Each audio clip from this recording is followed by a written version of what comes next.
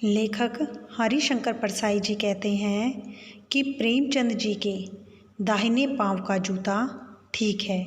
दाहिना पांव यानी राइट पैर का जूता जो है वो ठीक है, मगर बाएं जूते में बड़ा छेद हो गया है, यानी जो उनका लेफ्ट पैर का जूता है वह उसमें बड़ा छेद हो गया है, जिसमें से उंगली बाहर निकल आई है। यानी वह छेद इतना बड़ा है जिसमें से उंगली साफ दिखाई दे रही है।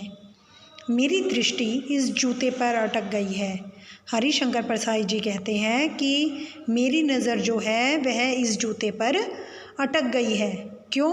क्योंकि जो जूते हैं वो बेतरतीब बंधे हुए हैं, उनके छेदों की पतरियां जो हैं वो निकल आई थी, जैसे तैसे बंधे हुए थे, और पैरों का जूता भी उंगली जो है वो उस दिशा से फटा हुआ था।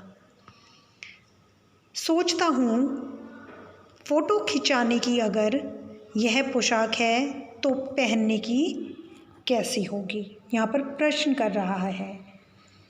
तो फटे जूते देखकर लेखक सोच में पड़ गया है।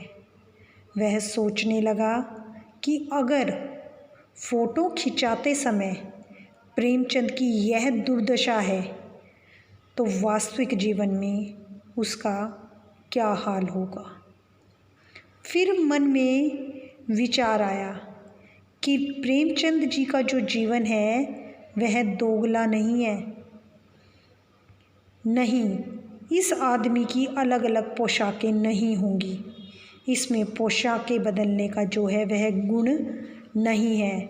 यहाँ पर सांकेतिक अर्थ लेना है आपको कि इस गद्यांश में जो है मुंशी प्रेमचंद जी की गरीबी और सहजता पर प्रकाश डाला गया है। प्रेमचंद ने कभी अंदर और बाहर में अंतर करना नहीं सीखा।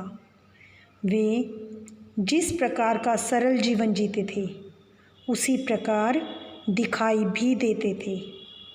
उनकी कथनी और करनी में कोई अंतर नहीं था।